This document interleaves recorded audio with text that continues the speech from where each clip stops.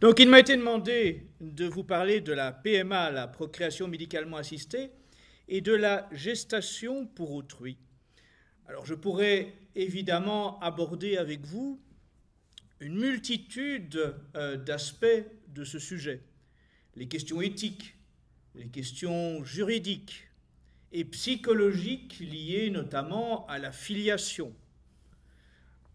D'autres le font déjà avec beaucoup de compétences et vous pouvez trouver quantité de conférences filmées sur le sujet sur Internet, de livres écrits par des juristes, des psychiatres, des pédopsychiatres. Donc, je vais aborder le sujet de façon différente.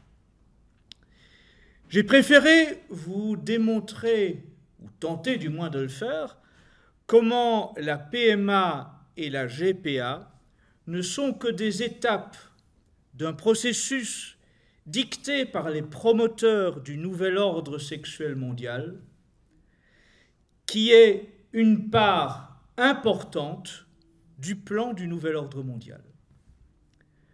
J'entends évidemment déjà certains dire qu'Escada va faire du complotisme.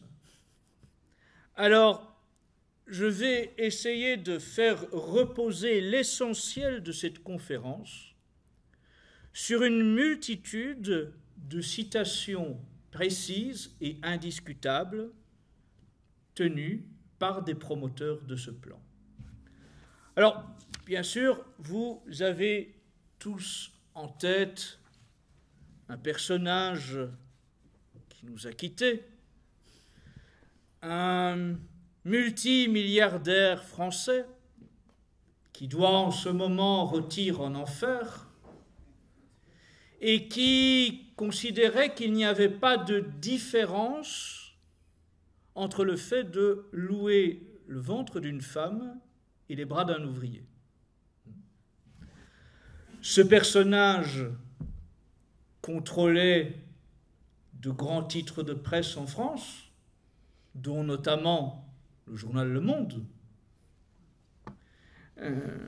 Il avait été le financier de toute une série d'officines telles que SOS Racisme, le MRAP, etc.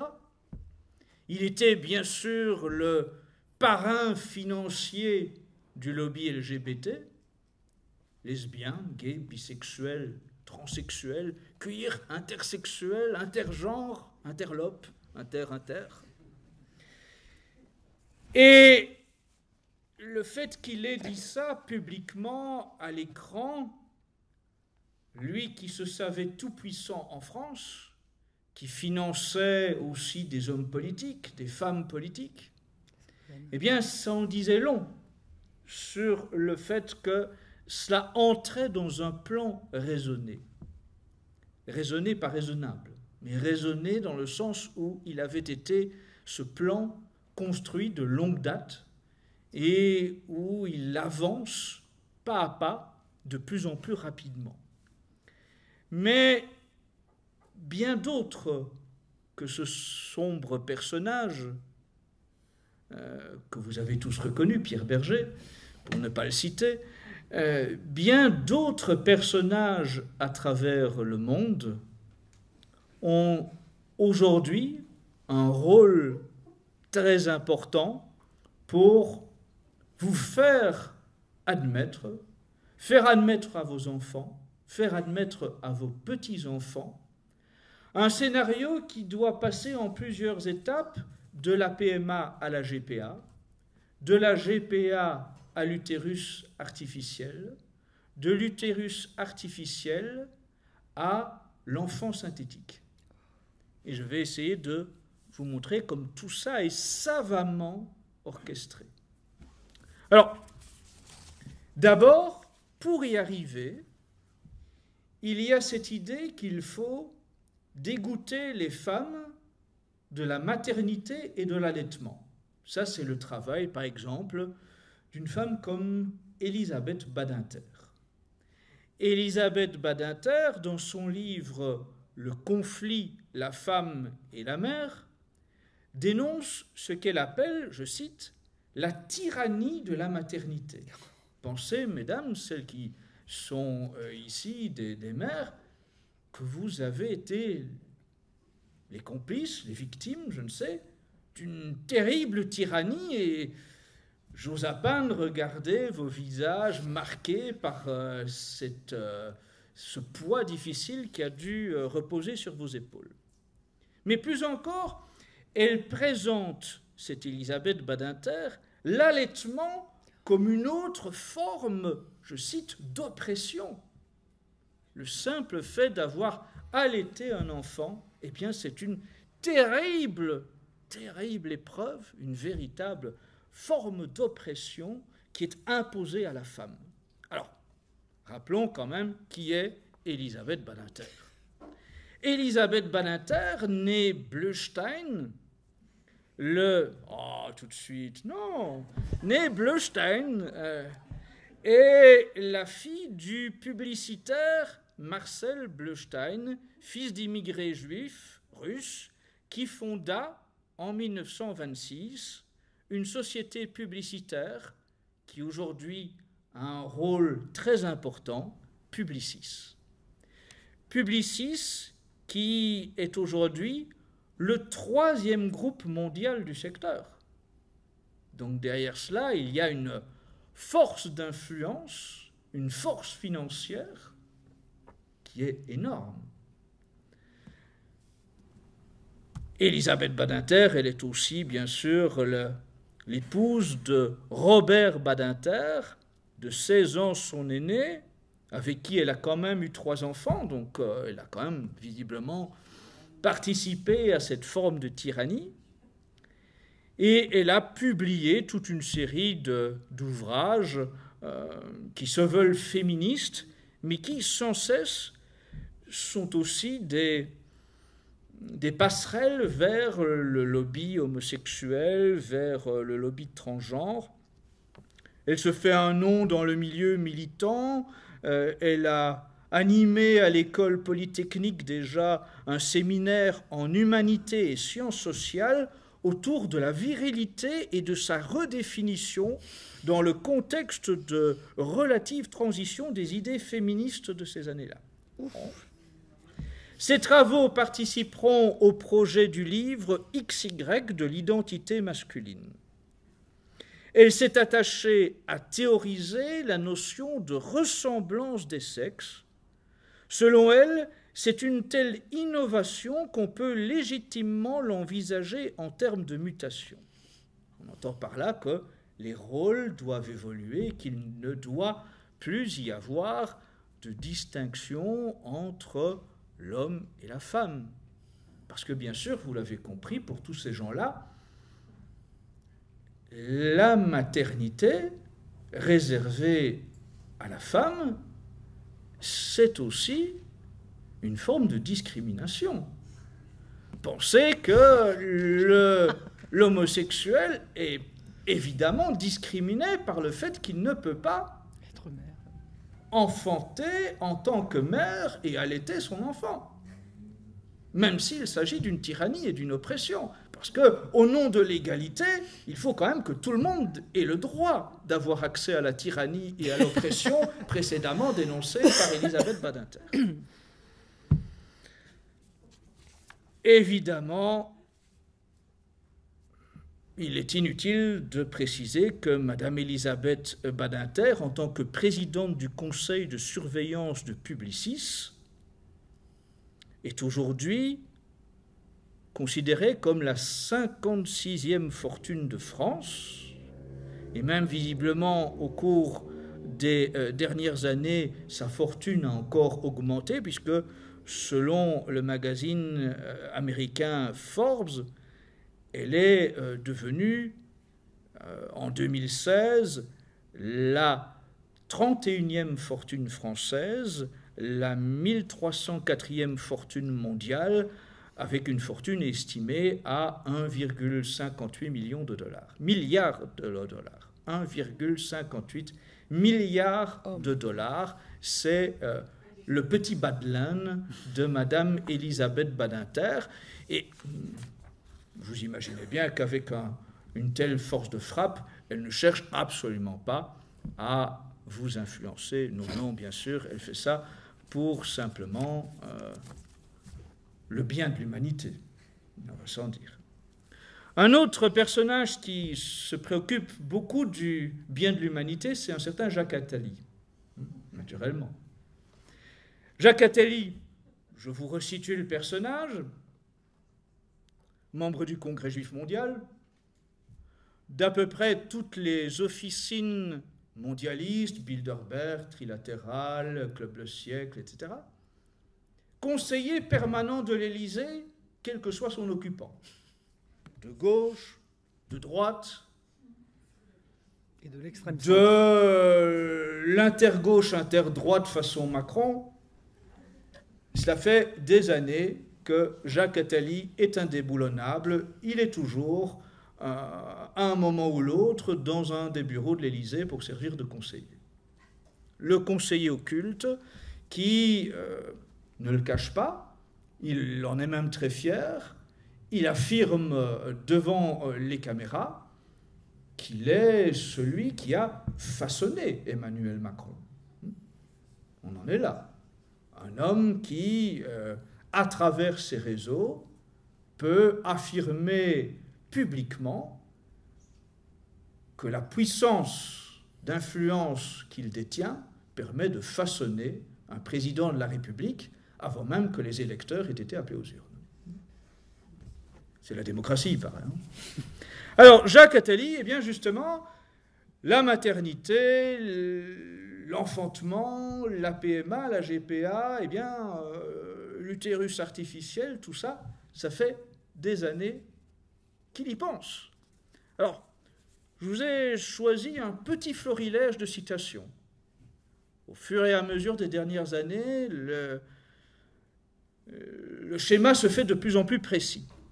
Dans l'Express du 2 janvier 2003, il déclare « En devenant ainsi peu à peu des objets comme les autres, les êtres humains deviendront pour ceux qui les achèteront, car ils se vendront, des objets de consommation abandonnés dès qu'un modèle nouveau viendra exciter leur désir. » Donc on est vraiment dans l'intitulé de la conférence d'aujourd'hui, de la PMA à la GPA, le meilleur des mondes marchands.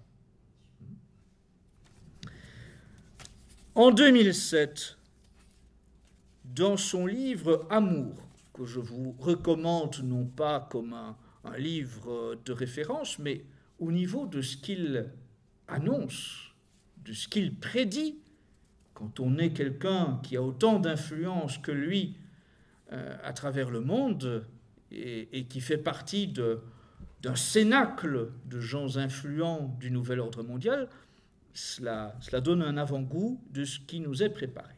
Donc, première citation de ce livre Amour.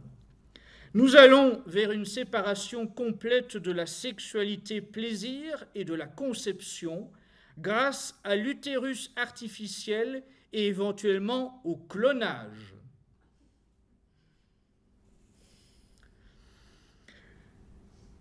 Imaginez une famille sans mère, puisqu'on pourrait ne plus avoir besoin d'elle pour concevoir un enfant, modifie notre perception de la famille.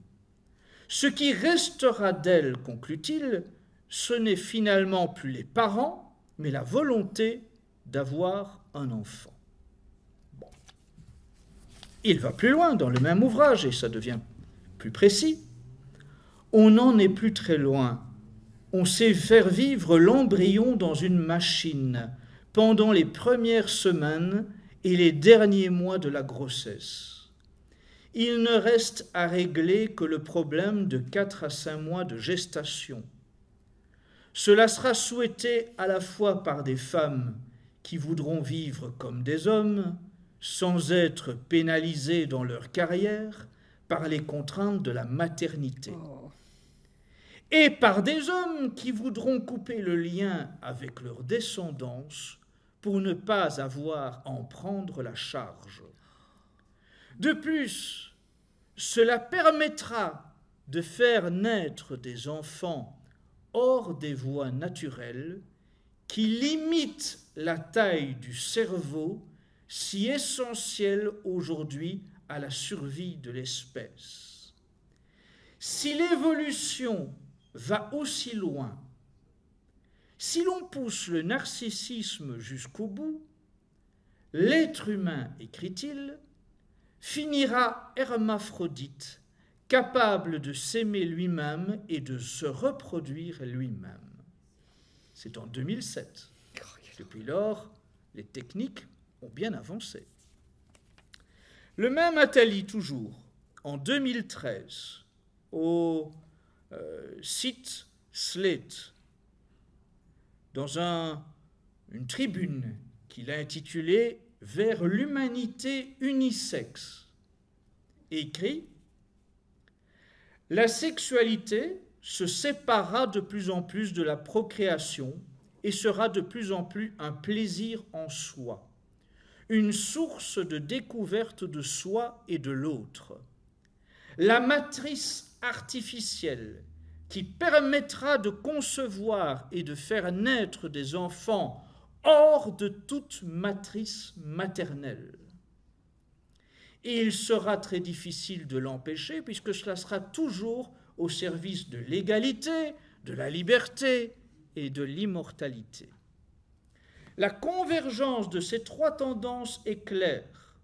Nous allons inexorablement vers une humanité unisexe, sinon qu'une moitié aura des ovocytes et l'autre des spermatozoïdes, qu'ils mettront en commun pour faire naître des enfants, seuls ou à plusieurs, sans relation physique, et sans même que nul ne les porte, sans même que nul ne les conçoive, si on se laisse aller au vertige du clonage. Accessoirement, cela résoudrait un problème majeur qui freine l'évolution de l'humanité, l'accumulation de connaissances et des capacités cognitives est limitée par la taille du cerveau, elle-même limitée par le mode de naissance, écoutez bien, si l'enfant naissait d'une matrice artificielle, la taille de son cerveau n'aurait plus de limite. En fait, derrière cette idée d'une maternité totalement artificielle, on nous fait donc passer plusieurs idées. Ce serait la libération de la femme, ce serait l'avenir, le progrès, ce serait aussi une victoire technologique, une victoire marchande, un succès commercial. Ce serait donc le progrès qu'on ne peut pas repousser. Remplacer ainsi la maternité, la famille, son devoir d'éducation par un projet industriel rentable correspond à un bouleversement du droit des jeunes enfants à la sécurité affective, au déni de la nécessité vitale pour chacun de s'enraciner dans sa vraie histoire, dans son existence, dans sa filiation. Quelles seront les valeurs d'une société fascinée par le tout médical significatif payant? Eh bien, M. Attali, lui, se réjouit de cette idée que, je cite encore, « l'homme du futur, fabriqué dans un utérus artificiel, pourra porter un cerveau de 20 à 30 kilos, ce qui fera de lui le super-homme de demain. » J'en veux pas. Jacques Attali n'invente rien. Le futur qu'il décrit a été dépeint avec précision en 1932 par Aldous Huxley dans Le meilleur des mondes. Dans ce livre, il n'y a plus de famille, les enfants sont conçus industriellement dans des machines, la sexualité est totalement libre dès l'enfance. On écrit dans Le meilleur des mondes, chacun appartient à tout le monde, comme le répètent les personnages de ce livre, égalité totale, liberté totale, mais fin des différences, fin des familles. Et bien sûr, tout est conçu pour que chacun soit un parfait travailleur et un excellent consommateur. Alors, justement, le meilleur des mondes, Aldous Huxley. Bon. Là encore, ça vaut la peine de se demander comment, en 1932 déjà, on avait donc imaginé avec autant de précision ce qui est en train de se mettre en place sous nos yeux. Alors, Aldous Huxley a un frère qui s'appelle Julian Huxley. Julian Huxley, c'est un biologiste eugéniste. Il était membre de plusieurs sociétés secrètes. Ça aide quand même à prévoir l'avenir, façon Attali. Et bien sûr, il a gravi les échelons, lui aussi. Il est devenu directeur de l'UNESCO. En 1941, déjà, Julian Huxley écrit dans son livre « L'homme, c'est être unique », « L'eugénique deviendra inévitablement une partie intégrante de la religion de l'avenir. » Alors c'est intéressant parce qu'on va voir que lorsqu'il parle de religion de l'avenir, l'un de ses fidèles amis avec lesquels il échange sur ce sujet n'est autre que Teilhard de Chardin, le jésuite. Alors, je termine d'abord par une autre citation de Julian Huxley, celle-là en 1957. « Je crois en le transhumanisme, sitôt que cette conviction sera suffisamment partagée, l'espèce humaine se tiendra au seuil d'une nouvelle existence. » C'était en 1957. Donc, 1932, Le meilleur des mondes, écrit par Aldous Huxley. 1941, on vous parle de l'eugénique comme partie intégrante d'une religion de l'avenir de demain. 1957, Julian Huxley parle explicitement du transhumanisme. Et en fait, dès les années 50, son proche ami Teilhard de Chardin, techno-jésuite, futur inspirateur du New Age, traduit en anglais par Julian Huxley, exalte pour la première fois ce qu'il appelle le transhumain. Le mot transhumain apparaît pour la première fois sous la signature du jésuite New Age, techno-avant-gardiste Teilhard de Chardin. Alors, donc on a maintenant un schéma plus clair. Il y a la volonté d'écarter les femmes de la maternité, de l'allaitement, l'idée que la procréation doit être artificielle, elle passe par des étapes, PMA, GPA, utérus artificiel, et on va voir plus tard encore donc l'enfant synthétique. Mais donc, il apparaît bien clairement dans toutes les citations que je vous énumère que le transhumanisme est bien pensé depuis plusieurs décennies comme une étape de ce nouvel ordre sexuel mondial. Et que la PMA et la GPA ne sont que des étapes intermédiaires, simplement fixées par le fait que technologiquement, l'utérus artificiel n'était pas encore parfaitement opérationnel au moment où ils entament la promotion de la PMA et de la GPA. Alors, autour de tous ces personnages, Pierre Berger, Elisabeth Badinter, Jacques Attali, Huxley, Teilhard de Chardin, il y a une multitude de gens qui se sont exprimés à leur tour sur le sujet. dont notamment, et c'est utile de faire chaque fois les passerelles, plusieurs théoriciens de la théorie du genre, bien sûr, parce que tout est relié dans ce plan global de nouvel ordre sexuel mondial. Vous avez Éric Fassin. Alors, Éric Fassin, je le resitue dans le contexte, Éric Fassin est un promoteur français parmi les plus connus de la théorie du genre. Il est surtout un auteur conseillé par l'Éducation nationale. C'est-à-dire dans les lectures conseillées aux enseignants par le ministère de l'Éducation nationale, vous trouvez tous les ouvrages d'Éric Fassin. Or, Éric Fassin écrit, je cite, « Depuis quelques décennies, il devient manifeste que le rapport sexuel est doublement détaché de la reproduction. Avec la contraception et l'avortement, il est pensé pour lui-même, indépendamment d'une finalité reproductive.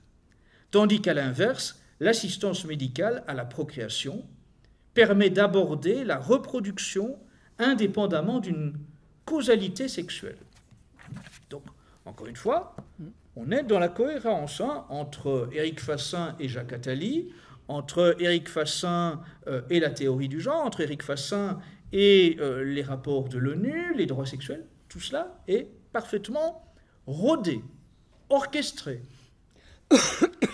Vous avez une autre théoricienne du genre qui s'appelle Béatrice Preciado. Elle est l'auteur d'un ouvrage qui a beaucoup compté, non pas au sein du grand public, mais dans les milieux homosexuels, lesbiens et transgenres, c'est le manifeste contrasexuel. Vous voyez, tout de suite, c'est parce qu'évidemment, il y a toute cette idée de révolution, etc., dans leur vision. Alors, j'en cite un extrait. « L'histoire de l'humanité gagnerait à être rebaptisée « histoire des technologies ». Le sexe et le genre étant des appareils pris dans un système technologique complexe. Cette histoire des technologies montre que la nature humaine n'est qu'un effet des négociations permanentes des frontières entre humain et animal, corps et machine.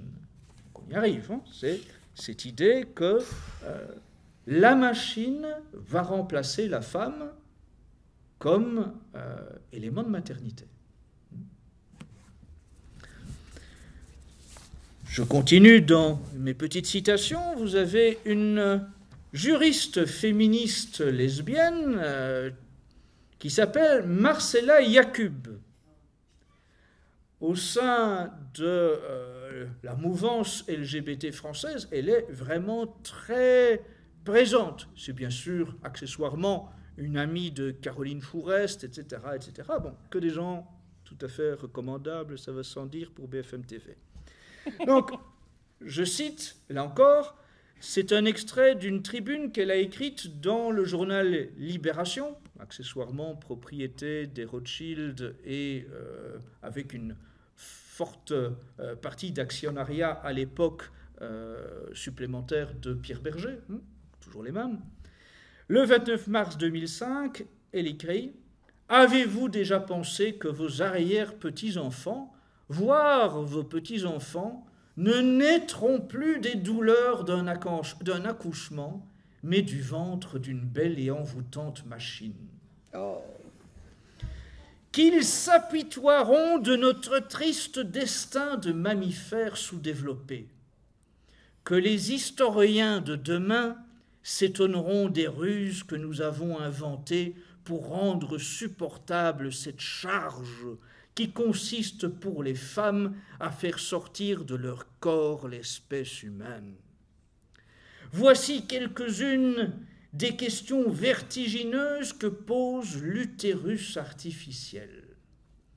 Conçu pour la première fois par le grand généticien britannique Haldane en 1923, qui la baptisa ectogénèse, cette technique utopique est fort séduisante.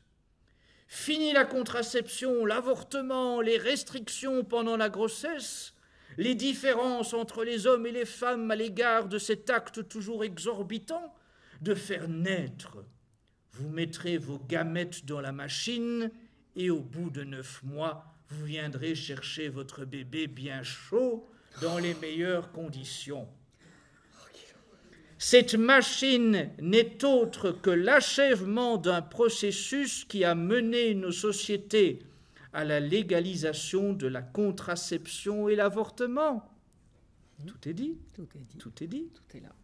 Ne s'agit-il pas de la dernière étape de la libération des femmes des servitudes liées à l'enfantement? Cela, l'ectogénèse, permettra d'arriver enfin à l'égalité homme-femme, de supprimer la dissymétrie fondamentale entre les sexes, c'est du badinter, hein, entre les femmes stériles et les femmes fécondes. L'utérus artificiel permet de penser un destin différent pour l'humanité et pour l'identité sexuelle. Rien que pour ça, je suis pour, écrit Marcella Yacoub. Donc, oui, encore une fois, tous ces groupes se rejoignent. Ces grands financiers du nouvel ordre mondial, ces puissants des grandes agences publicitaires, des grands consortiums industriels, ces féministes, ces représentants du lobby homosexuel, transgenre, etc. Tout cela travaille parfaitement en collaboration. Alors, bien sûr, ce monde qui nous est promis, comme c'est écrit sur l'affiche qui faisait la promotion de la conférence d'aujourd'hui, cela va développer cet esprit de société marchande. Cela va associer en permanence l'enfantement à l'argent. Mais n'imaginez pas que cela signifie que seuls les promoteurs de l'ultracapitalisme ont été des partisans de ce processus. Chez les marxistes aussi, on trouve abondamment de citations en faveur de ce processus. Ça va peut-être en surprendre certains, mais là encore, c'est important de montrer qu'en réalité, vous avez deux internationalismes qui, une fois de plus, se rejoignent. Parce qu'au final, entre les internationalistes marxistes, communistes, et les mondialistes ultra-capitalistes, bien souvent, il y a beaucoup plus de passerelles qu'on ne l'imagine. Alors, je vous cite Trotsky. Donc, de nouveau, ce n'est pas nouveau. Trotsky écrit « Produire une version améliorée, nouvelle de l'homme, telle est la tâche future du communisme. L'homme doit se regarder et se voir comme une matière première, ou au mieux comme un produit semi-manufacturé. » Cela, c'est parfaitement en adéquation avec la production marchande via l'utérus artificiel.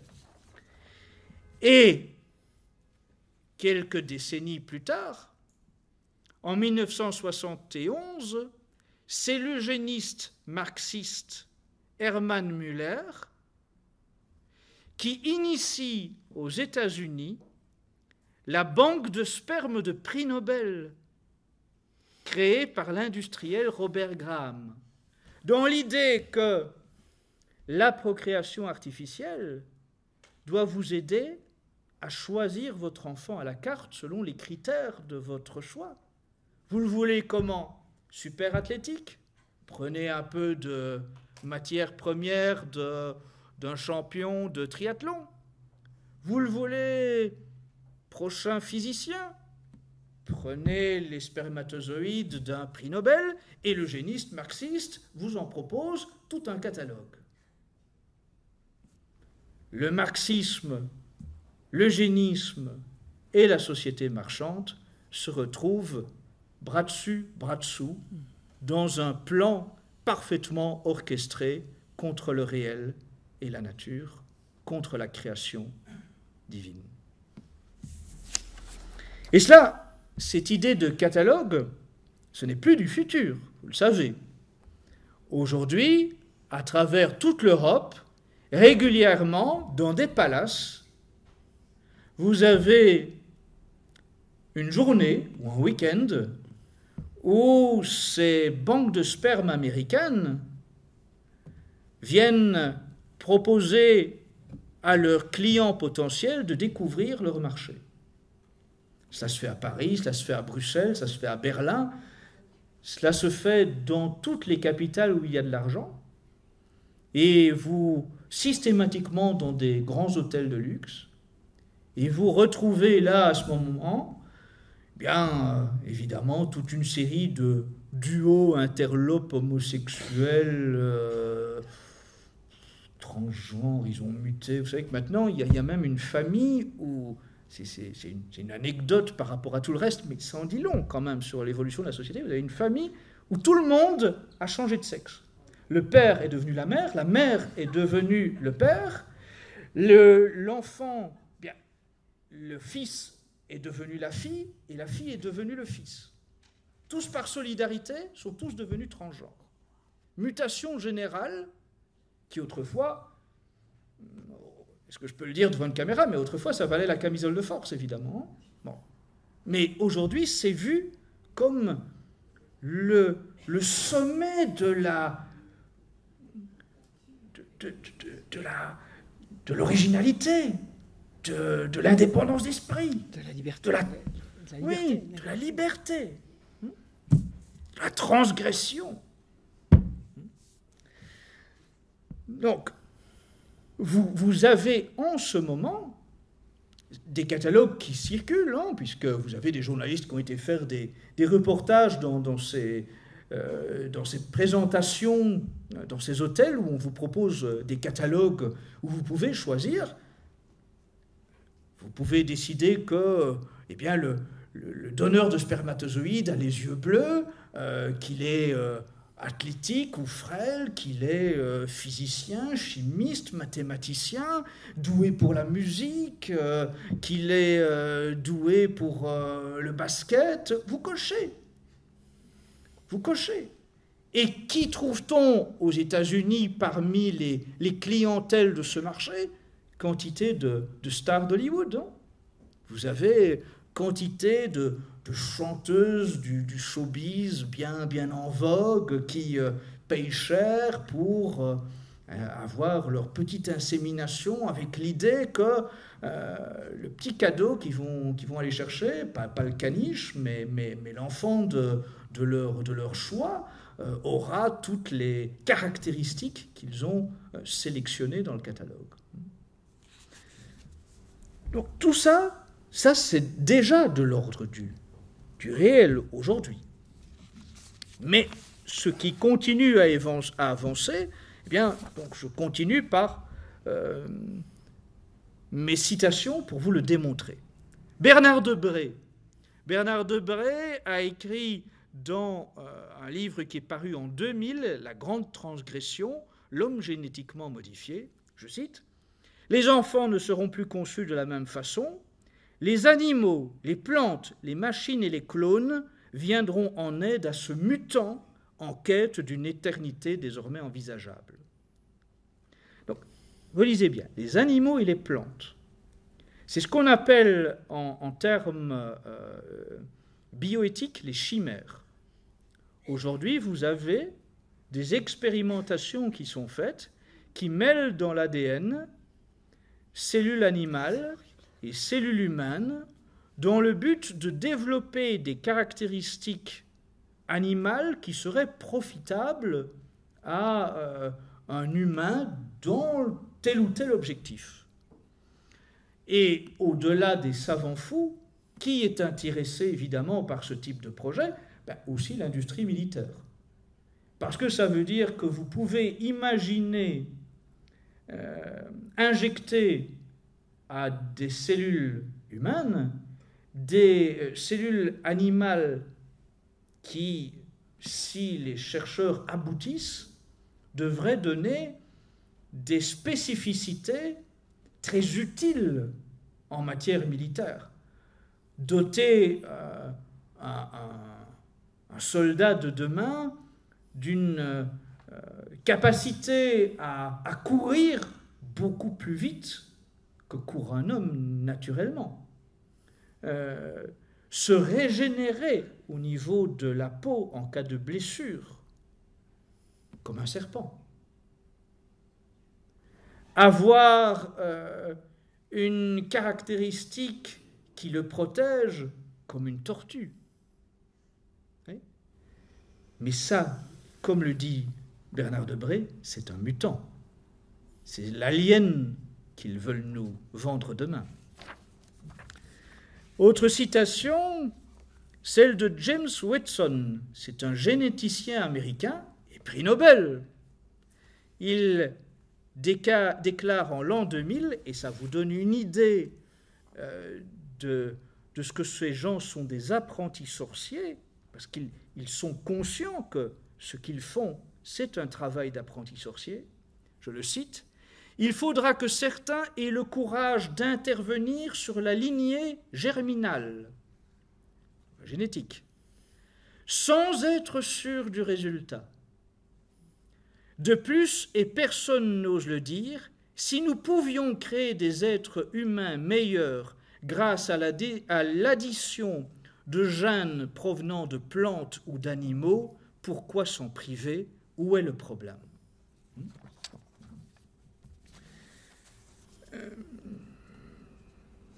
Autre citation, celle de Kevin Warwick. C'est un chercheur en cybernétique. Il y aura des gens implantés, hybridés, et ceux-ci domineront le monde.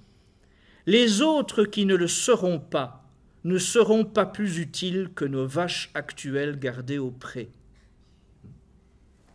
Le même écrit plus tard, et c'est quand même, c'est de plus en plus précis, écoutez bien, ceux qui décideront de rester humains et refuseront de s'améliorer par l'intelligence artificielle, par le transhumanisme, d'être l'homme augmenté, eh bien ceux-là auront un sérieux handicap. Je cite, « Ils constitueront une sous-espèce et formeront les chimpanzés du futur. »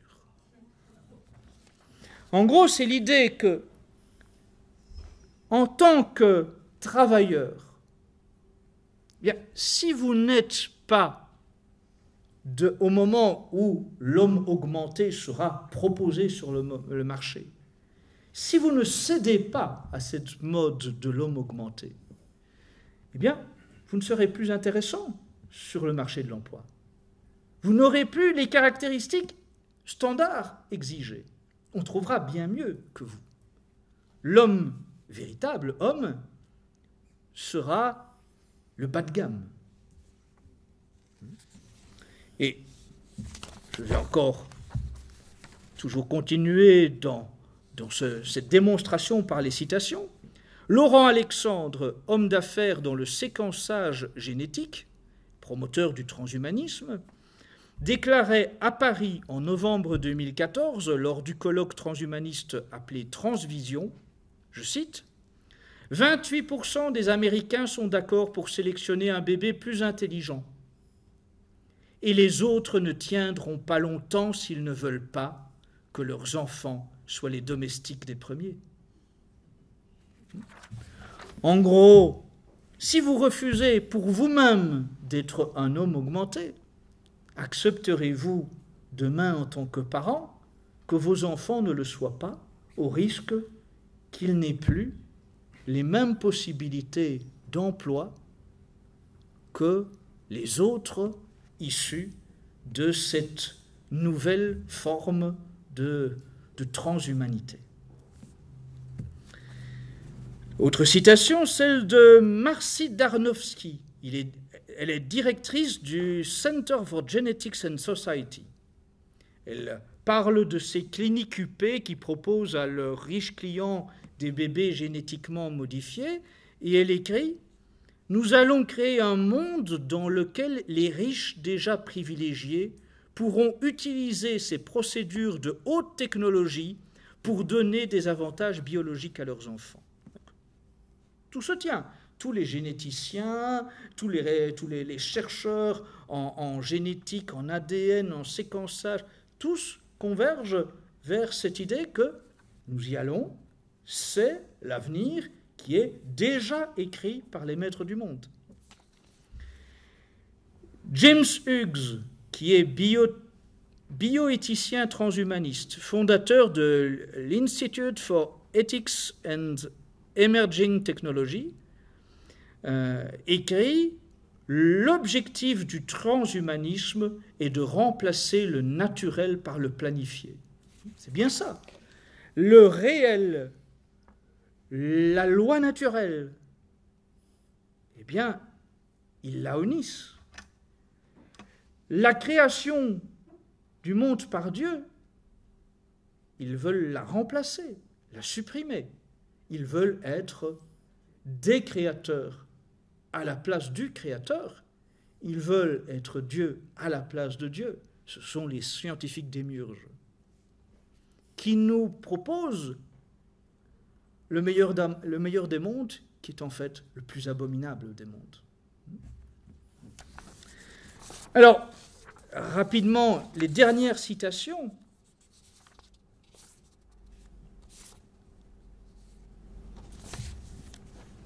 Après l'utérus artificiel, que doit-il y avoir? La vie synthétique. Ce n'est déjà plus véritablement un scénario de science-fiction depuis que l'homme d'affaires biotechnologue américain Craig Venter, ainsi que des chercheurs du Génopôle d'Evry, chez nous, fabriquent des bactéries artificielles dont l'ADN est écrit par un ordinateur. À quoi sert un génome humain synthétique? À fabriquer des bébés en laboratoire, donc à abolir la procréation. Même plus besoin de trouver un fournisseur de gamètes de sexe opposé.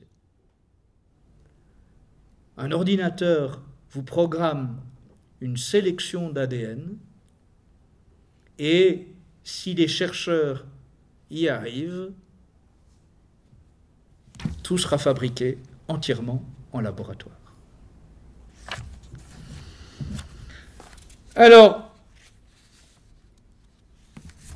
que retenir aussi des arguments de nos adversaires?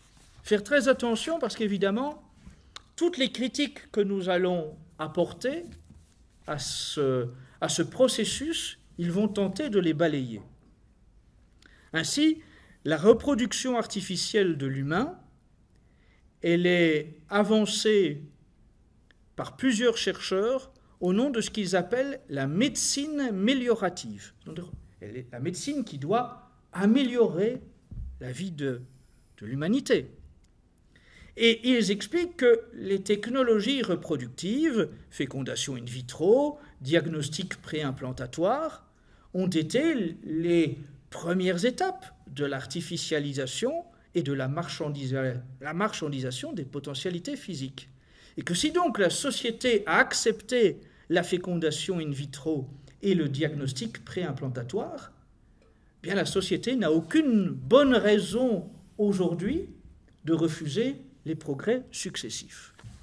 Et vous le savez, du moins je l'espère et je le répète souvent, le mal avance souvent sous l'apparence d'un bien. Les propagandistes du mal présentent souvent avec beaucoup d'habileté leurs inventions abominables de telle façon que vous les acceptiez parce que ce serait un bien pour vous. C'est l'idée que, par exemple, la puce électronique que l'on implante dans la main d'un enfant, eh bien, si on ne vous donne pas une bonne raison, vous pouvez être réticent. Mais si on vous dit, au lendemain d'une disparition d'enfant qui se termine par un enfant retrouvé mort, que si l'enfant avait eu une puce électronique dans la main, on aurait pu le retrouver, le géolocaliser avant qu'il meure, eh bien vous créez un phénomène émotionnel au sein de la population qui va faire que, dans la semaine qui suit, toute une série de parents vont volontairement se présenter au siège de la société pour faire implanter des puces dans les mains de leurs enfants. Cette idée de mal qui avance sous l'apparence d'un bien, eh bien, elle est encore ici particulièrement présente dans le cadre de ce transhumanisme qui avance avec la procréation artificielle. Et ça a été très bien expliqué, hélas, mais ça dit beaucoup de l'esprit retors de ceux qui nous dirigent. Ça a été expliqué par une ancienne ministre française. Geneviève Fioraso a été ministre de la Recherche. Et sur France Inter, le 27 juin 2012, elle expliquait très franchement les choses. Quand la journaliste lui objecte que la procréation artificielle, cette idée d'utérus artificiel, le transhumanisme, toute cette nouvelle technologie, ça va naturellement susciter à un moment ou l'autre de la méfiance au sein de la population, que tout le monde ne va pas accepter cela. Elle répond, la santé est incontestable. Lorsque vous avez des oppositions à certaines technologies, faites témoigner des associations de malades. Tout le monde adhère. Et donc, ça signifie quoi? Que pour vous faire accepter l'utérus, pour vous faire accepter le transhumanisme, l'association de l'homme et de la machine, eh bien, on va vous prendre un militaire qui revient du front et qui a été amputé du bras. Et il va, devant tous les journalistes, vous montrer son bras bionique. Et les gens vont se dire, tout compte fait, c'est pas si mal le transhumanisme. Et cela, c'est un procédé auquel nous devons être particulièrement préparés. Notre mission, elle va être de combattre tout ce processus de nouvel ordre sexuel mondial, de combattre la PMA, de combattre la GPA, de combattre l'utérus artificiel, de combattre le transhumanisme, de combattre l'enfant synthétique. Mais systématiquement, nous devrons avoir déjà en tête les objections de nos adversaires pour pouvoir les mettre au tapis. C'est-à-dire que nous devons déjà avoir anticipé tout ce qu'ils ont prévu comme plan pour tenter de gagner à eux l'opinion publique sur base d'éléments émotionnels. Dernier petit point, où en est-on aujourd'hui? Est-ce que nous en sommes loin de tout ça? L'utérus artificiel, par exemple. Fin avril 2017, une équipe de chercheurs de Philadelphie a annoncé le succès d'une première gestation d'un fœtus d'agneau en utérus artificiel. C'est fait. Un animal a été entièrement géré sous utérus artificiel. Laurent Gelin, ingénieur, membre de la Singularity University, créée par Google, a déclaré à Sud-Ouest le 8 janvier 2017, « Deux intelligences artificielles sont parvenues à créer un cryptage leur permettant de communiquer entre elles. Et là, l'homme n'est plus capable de les suivre ni de les comprendre. » C'est en janvier 2017. Deux intelligences artificielles, de façon parfaitement autonome, sont parvenues à créer un cryptage leur permettant de communiquer entre elles sans que l'homme ne parvienne plus à comprendre comment il procède. Dernier point par rapport à nos opposants. Nos opposants, ce sont les mondialistes.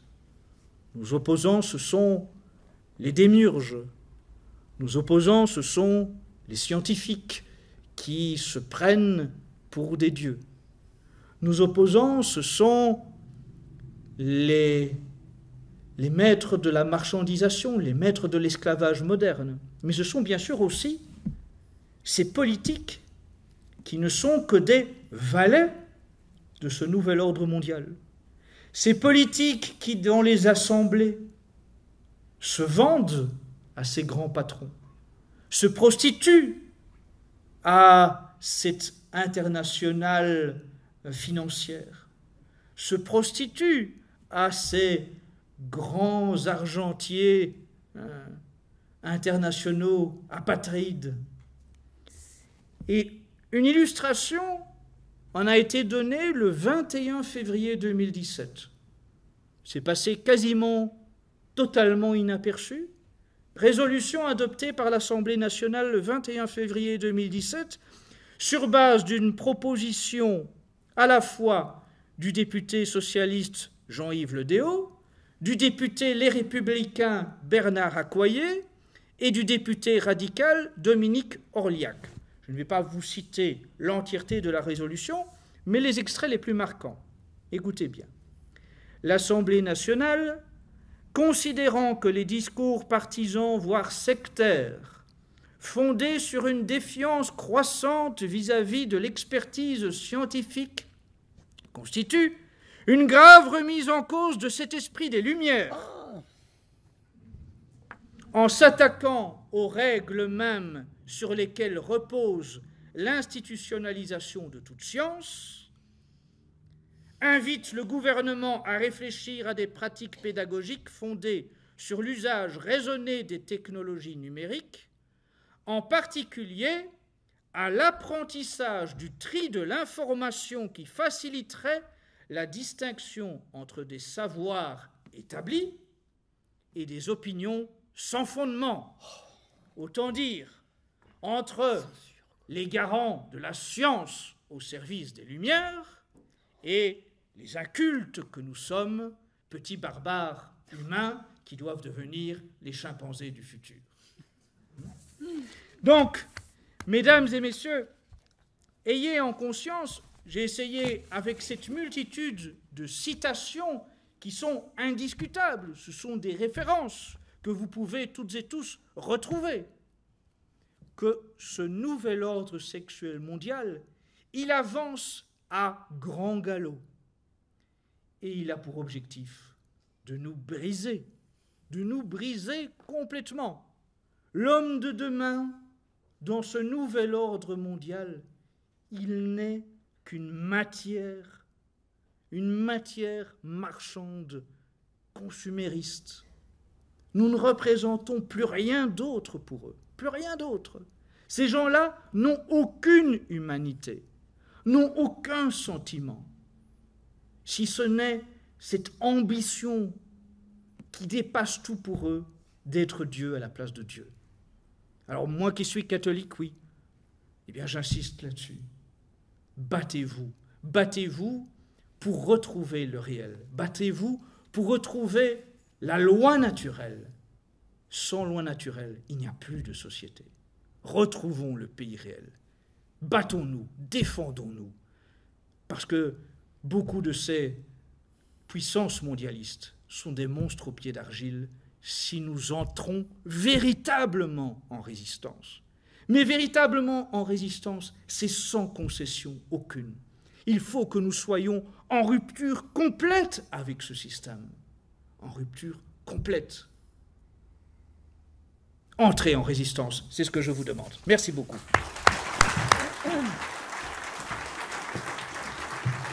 Merci beaucoup. Je demande la parole. Je demande la parole pour dire juste une chose, qu'il faudra mettre sur le site une référence. C'est vraiment en conclusion de ce que vient de nous dire Alain. On m'a envoyé un texte d'un monsieur qui s'appelle François Touvenin. François Touvenin a été le traducteur du livre suivant de Judith Reisman. C'est-à-dire que les éditions Contre-Culture a commencé par publier ce livre et les éditions Saint-Rémy ont publié un autre livre de Judith Reisman sur la perversion, la subversion sexuelle. Et François Touvenin est le monsieur qui a traduit le deuxième livre de Judith Reisman. Il a écrit un texte qui s'appelle « Vous serez comme des dieux ». Je vous supplie de lire ce texte et de le faire tourner. C'est une référence, c'est extraordinaire. Je vous remercie.